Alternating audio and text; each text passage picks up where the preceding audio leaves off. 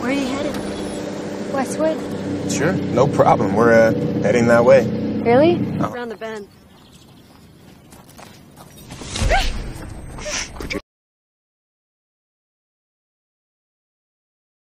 तो मूवी के स्टार्ट में हमें एक कपल को दिखाया जाता है जिनका नाम कैमरॉन और जेमिस है, जो कि एक डेड बॉडी को एक सुनसान जगह पर दफना रहे होते हैं। दफना कर जब ये दोनों गाड़ी में बैठते हैं तब कैमरॉन जेमिस से कहता है कि ये सब एक हादसा था और ये सब तुम भूल जाओ।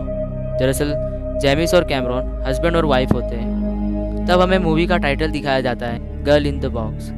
फिर दूसरे दिन हमें दिखाया जाता है कि एक लड़की बड़ी ध्यान से किसी चीज़ पर चल रही होती है।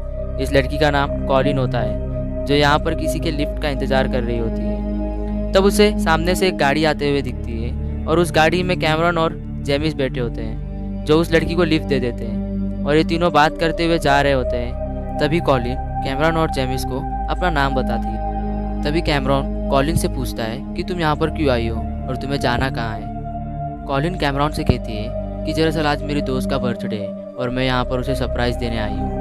तभी कैमरॉन और जेमिस उसे अपनी बातों में बनाकर एक सुनसान जगह पर ले जाते हैं जहाँ पर कोई भी नहीं रहता। तभी जेमिस अपने गाड़ी से बाहर निकल जाती है और कॉलिन से बातें करने लगती है।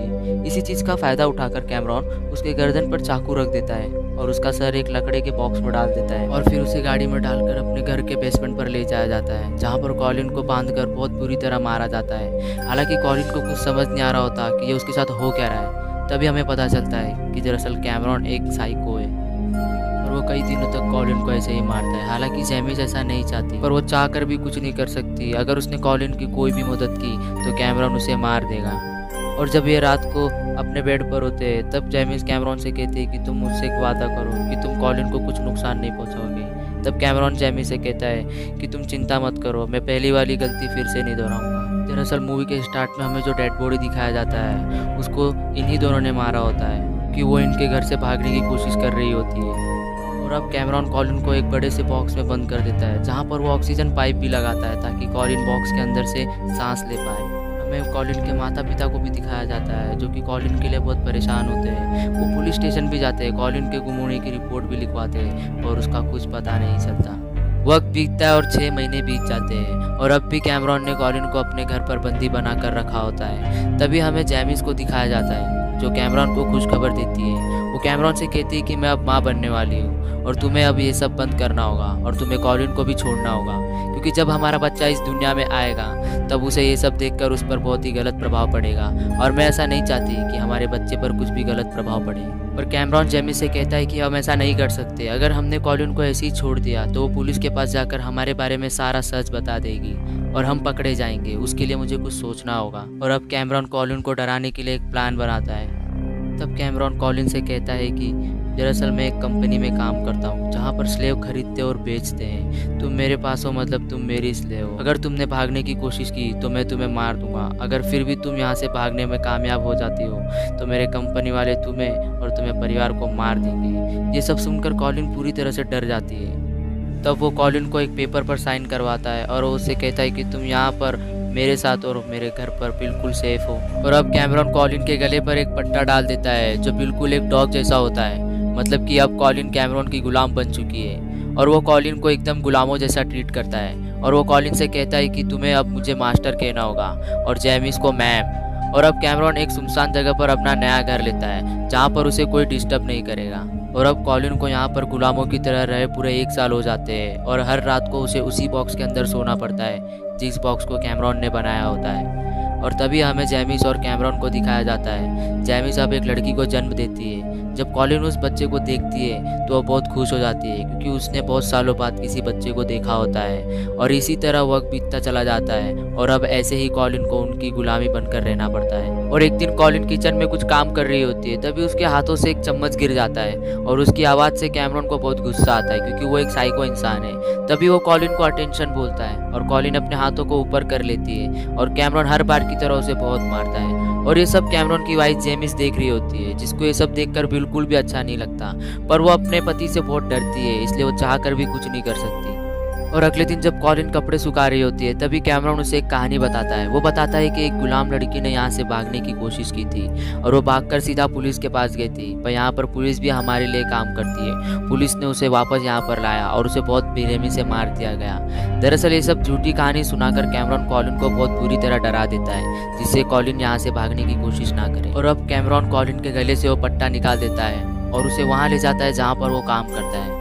और वो कॉलिन से कहता है कि यहाँ पर मुझे किसी के भी सामने मास्टर मत कहना। और जब कैमरॉन काम कर रहा होता है तभी उसके पैर पर कुल्हाड़ी से चोट लग जाती है और कॉलिन एक तरफ कैमरॉन को देखती है और एक तरफ उसे यहाँ से भागने का पूरा मौका मिलता है। पर कॉलिन ऐसा नहीं करती, वो कैमरॉन को सीधा उसके घर लेकर जाती है और उसके पैर पर मलहम पट्टी कर रही होती है कि तभी कैमरॉन की वाइफ जेमिस आ जाती है और उसे ये सब देखकर बिल्कुल भी अच्छा नहीं लगता, जिससे वो कॉलिन को यहाँ से सीधा जाने को कहती है। और टाइम अब यहाँ पर बीतता चला जाता है, यानी कि कॉलिन को अब यहाँ पर रहे पूरे 4 साल हो जाते हैं, पर इस बात की खबर कॉलिन को अब तक नहीं होती। और अब कैमरॉन और जेमिस की बेटी भी बड़ी हो चुकी है। तभी एक दिन कैमरॉन कॉलिन को बॉक्स में बंद करके अपनी फैमिली के साथ कहीं चला जाता है। तभी वहाँ पर हमें कॉलिन को दिखाया जाता है जिसको उस बॉक्स में बहुत ही डर लग रहा होता है और बहुत बुरे बुरे ख्यालात आ रहे होते हैं। तभी वो जोर जोर से उस बॉक्स को किक करने लगती है और उस बॉक्स का दरवाज़ा तोड़ देती है। और जब कैमरॉन अपने घर पर आता है तो वो देखता है कि बॉक्स का दरवाज़ा पूरी तरह से टूटा हुआ है और कॉलिन भी वहाँ पर नहीं है। तब कैमरॉन पूरी तरह से घबरा जाता है और पूरे घर पे कॉलिन को ढूंढने लगता है, पर कॉलिन उसे कहीं पर नहीं मिलती। और जब वो एक बार बाथरूम में देखता है तो वहाँ पर कॉलिन डरी सी बैठी होती है। तब कैमरॉन कॉलिन से पूछता है कि तुमने बॉक्स का दरवाज़ा क्यों तोड़ा।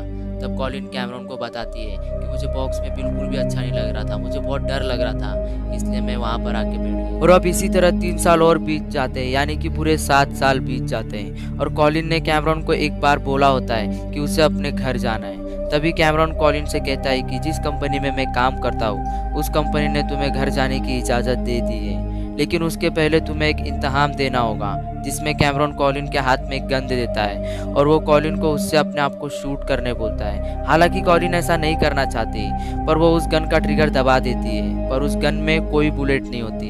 ये देखकर कैमरॉन को सब समझ आ जाता है कि कॉलिन किसी को भी उसी के बारे में कुछ नहीं बताएगी। और अब कैमरॉन कॉलिन को उसके घर लेकर जाता है, जहाँ पर वो सबको बताता है कि दरअसल मैं कॉलिन का बॉयफ्रेंड हूँ। हालांकि कॉलिन अंदर से पूरी डरी होती है, पर वो अपने घर वालों के साथ एकदम हंसी खुशी वक्त बिताती है। और तभी कॉलिन के घर वाले कॉलिन से कहते हैं कि तुम पूरे 7 साल बाद घर पर आई हो। ये सुनकर कॉलिन एकदम शॉक हो जाती है, पर कॉलिन की सिस्टर को कहीं ना कहीं शक हो रहा होता है कि कॉलिन किसी परेशानी में है।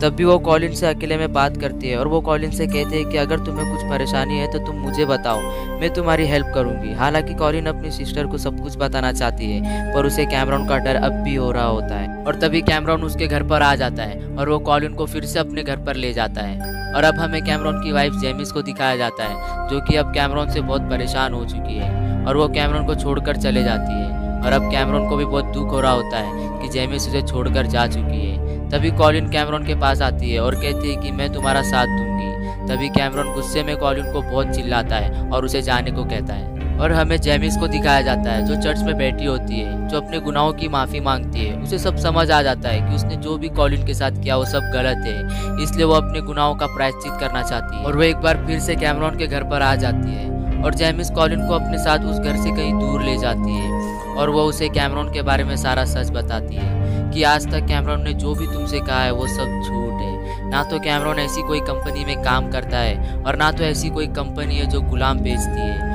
और वो कॉलिन को एक बस स्टॉप पर छोड़ देती है और वो अपने घर के तरफ जाने वाली बस में बैठ जाती है और वो अब चैन की सांस ले रही होती है और वो अब आज़ाद है। वो अपने फैमिली से मिलकर बहुत खुश है।